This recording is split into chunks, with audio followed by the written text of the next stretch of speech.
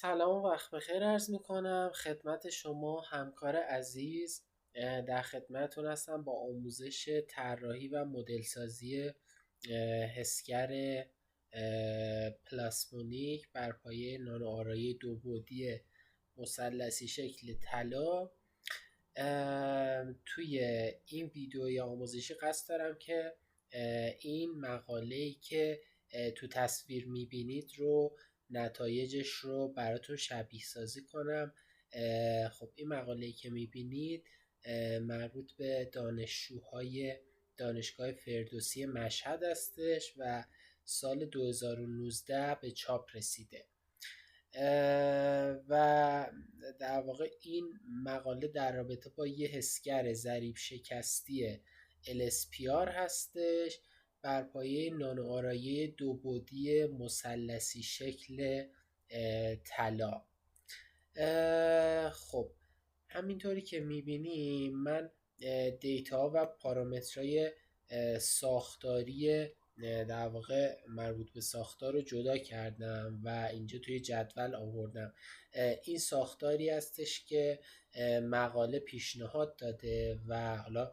ساختارش به صورت گسترده مثل این شکل بی میشه وقتی که این نانو آرایه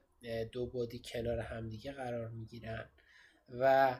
شکل بالا هم سلول واحدی هستش که ما توی فضای محاسباتی در واقع توی نرم افزار کامسول وارد میکنیم و خصوصیات اپتیکیش رو توی شرایط مختلف اندازه گیری میکنیم. خب اینها پارامترهایی هستن که در واقع مقاله نامگذاری کرده و اندازه هاش رو داده و توی حالتهای مختلفی اومده در واقع این بحث خصوصیات اپتیکی نانو آرایه رو اندازه گرفته. W1 طول در واقع قاعده مثلث هامون هستش، طول این در واقع ضلعی که با مز دارم خدمتتون نشون میدم. W2 طول در واقع این نوکی هستش که کرو خورده و در واقع این نوک مثلث به جای اینکه تیز باشه کات خورده و یه طولی داره. L1 طول در واقع ارتفاع مثلث هستش از جایی که کات خورده تا قاعده. T ارتفاع نانو آرایمون هستش و حالا میزانی است، در واقع میزان ارتفاعی هستش که لایه نشانی شده و در واقع بعد سوم این نانو آرایه رو نشون میده. G1 فاصله نوک به نوک این دوتا نانو مثلث هستش که 20 نانومتر در نظر گرفته، ولی خب تو حالتهای کوچکتر و بزرگتر هم اومده بررسی کرده اثرات تشدید. فاصله نوک به نوک این دوتا نانو مثلثی که روبروی همدیگه قرار گرفتن و با G1 گذاشته. P و Q که هر دوتاشون 500 نانومتر هستن در واقع طول و عرض یونیت سل ما هستن. ما برای اینکه در واقع این ساختار گسترده رو بیاریم وارد ناحیه محاسباتیمون کنیم در واقع ناچار هستیم که یه سلول واحد یا یه بخش کوچیکی از این نانو آرایه رو شبیه سازی کنیم با استفاده از شرایط مرزی و فیزیکی که اعمال میکنیم. اون در واقع قسمت کوچیک و مطالعهش رو به یه ساختار خیلی بزرگتر تعمیم بدیم با استفاده از شرایط مرزی پریودیک یا پریودیک باندری کاندیشن. اطلاعات دیگه که از داخل مقاله هستش این هستش که در واقع ما توی طیفایی که میبینیم این طیفا توی گستره طول موجی 1000 تا 2500 نانومتر گرفته شده. حالا اینکه در واقع توی این حوزه طول موجی داره کار میشه وابستگی مستقیمی به ابعاد و اندازه این نانو پارتیکلا و در واقع فاصله بینشون و حتی جنس محیط دیالکتریک دورشون وابستگی داره. جهت انتشار نور در راستای مثبت زد هستش. حالا اینجا طبق چیزی که این خود شکل مقاله کشیده ما سطحمون توی در واقع صفحه X و Y مون صفحه آرایمون هستش و صفحه انتشار موجمون در راستای Z هستش و نور از پایین سلول واحدمون از ناحیه‌ای که ما در واقع SiO2 زیرلایه‌مون رو داریم وارد میشه و به صورت عمود به آرایه نانوپارتیکل‌ها میخوره و بخشی از نور توسط این آرایه جذب میشه و منجر به تشدید پلاسمون سطحی جایگزیده میشه و قسمتی از نور هم عبور میکنه و در واقع از طرف دیگر یونیت سلمون که محیط بافرمون هستش خارج میشه.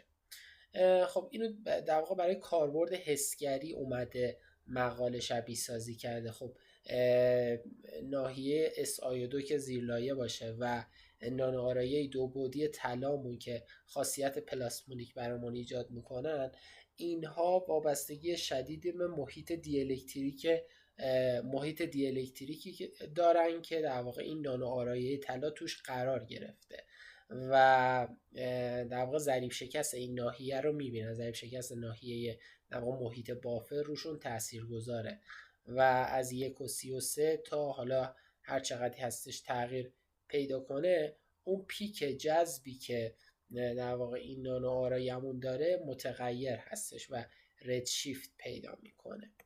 خب با توجه حالا این عدد و رقمایی که در واقع مربوط به ساختار هستش و شما دارید میبینید،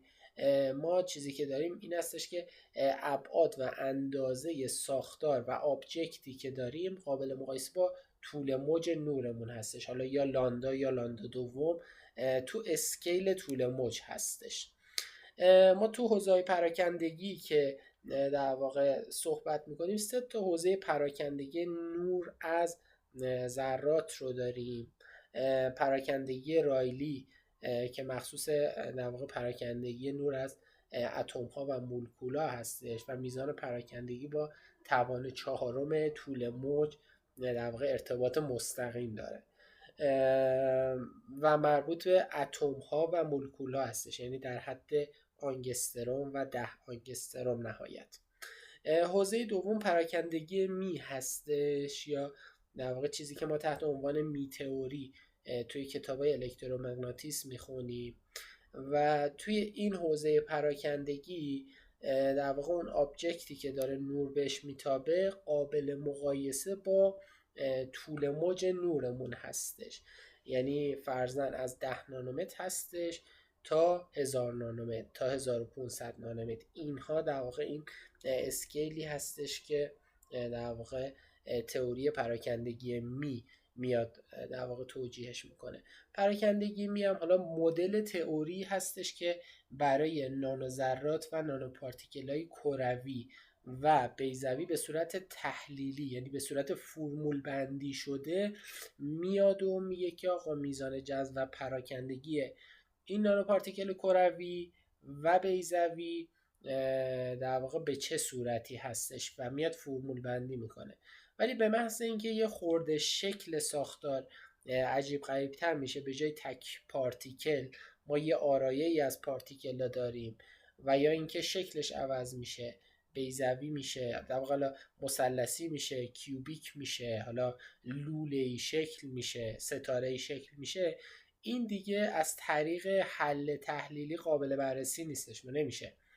فرمول بندیش کرد و ناچار هستیم که این حالت ها رو بیاریم توی در واقع محیط نرم افزار کامسول، حالا یا کامسول یا سایر نرم افزارهای حل عددی و ناچار به حل عددی هستیم، باید شبیه سازیشون کنیم و خروجی هم که ما میگیریم حالا هم میتونیم پراکندگی سطح مقطع جذب و پراکندگی رو بگیریم برای وقتایی که حالا سینگل پارتیکل هستن، ما داریم یه پارتیکل تنها رو توی محیط بافر میایم بررسی میکنیم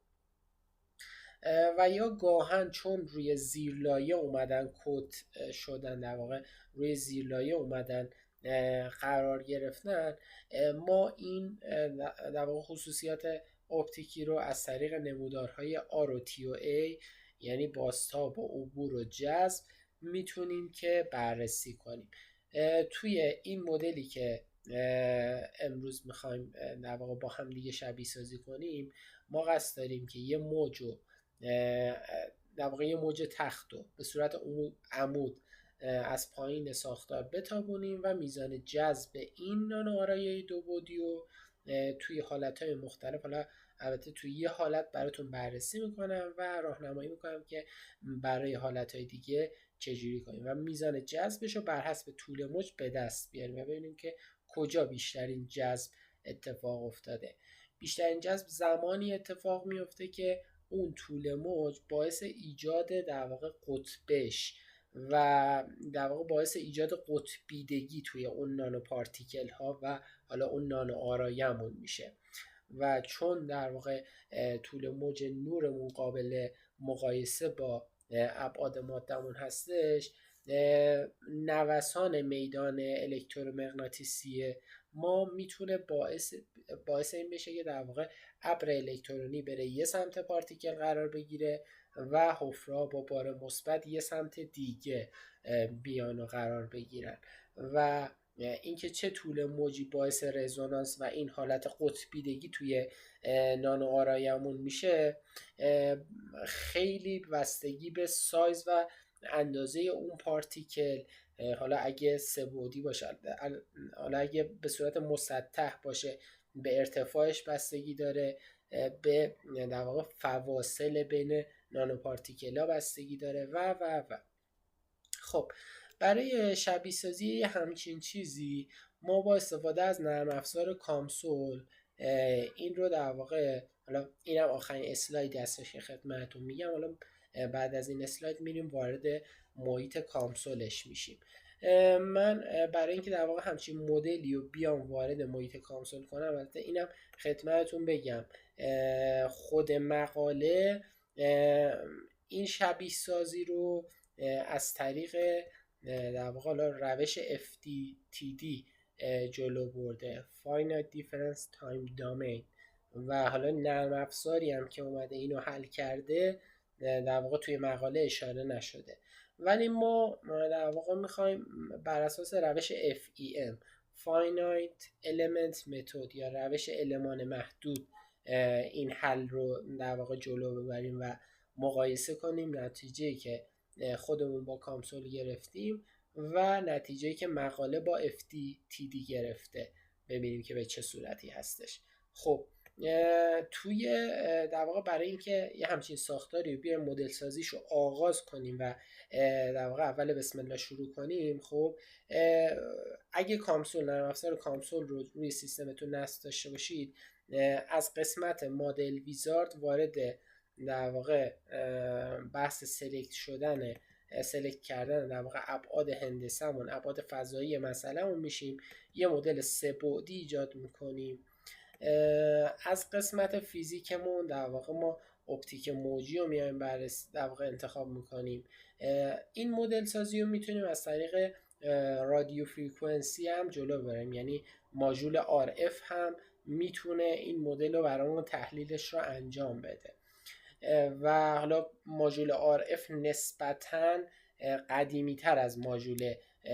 ویو آپتیکس هستش و نسبتاً باگای کمتری داره. ویو آپتیکس در واقع ماژول جدیدتری هستش که به نرم افزار اضافه شده و احتمالاً باگاش یه جایی بیشتره، ولی خوبی این ماژول اپتیک این هستش که با ضریب شکست سر و کار دارم. منی که در واقع دارم کامسول کار میکنم حس در واقع بیشتری به ضریب شکست دارم تا ضریب دی الکتریک، ولی ماژول RF در واقع ورودی که از ما میخواد ضریب دی الکتریک یا تابع دی الکتریک مواد هستش اگه وابستگی فرکانسی داشته باشن. و از قسمت استادی، از قسمت مطالعه، حالا مطالعه‌های مختلفی داره، مطالعه حوزه فرکانسی داره، مطالعه حوزه طول موجی داره، تحلیل مد داره و البته مدل‌های سه بعدی تحلیل مد ندارن، بیشتر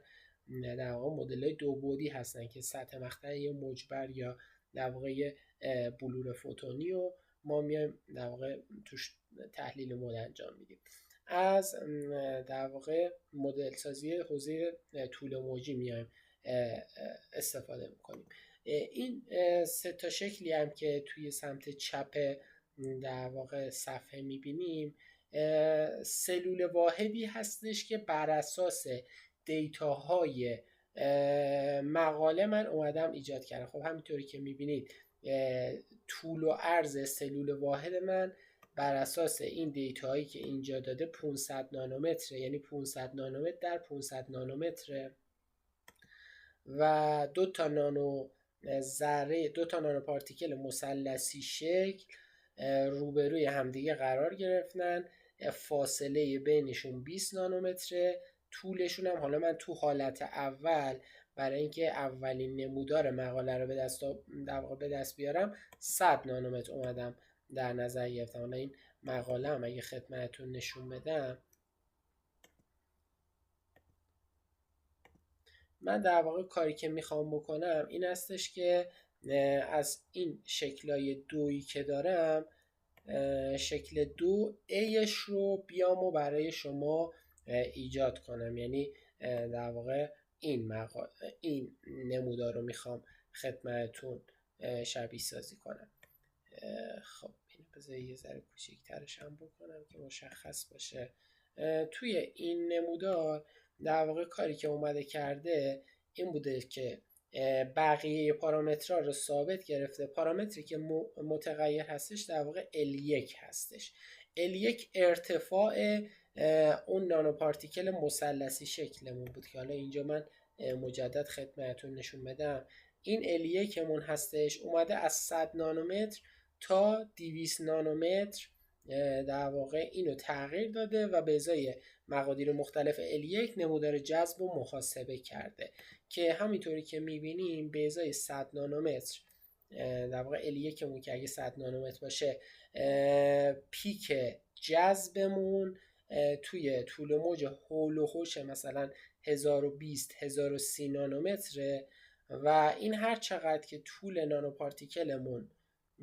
بزرگتر شده ردشیفت پیدا کرده به طول موجای بلندتر و تا تقریبا 1600 نانومتر در واقع برای حالت 200 نانومتر رسیده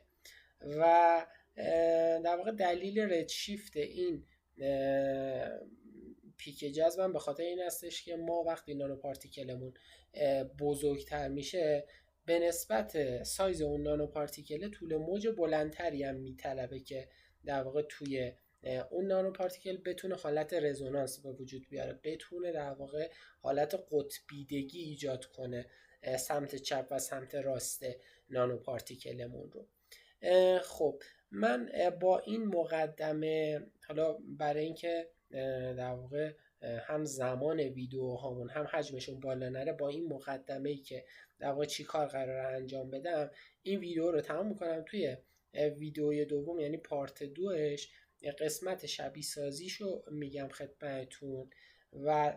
طراحی که انجام دادم، متریالی که تخصیص دادم و شرایط مرزی رو خدمتتون توضیح میدم. توی ویدیو سوم هم بحث نتیجه گیری و در واقع رسم نمودارها و حالا حالتهای مختلف توزیع میدان الکتریکی رو خدمتتون ارائه میکنم. انشالله که خسته نباشید.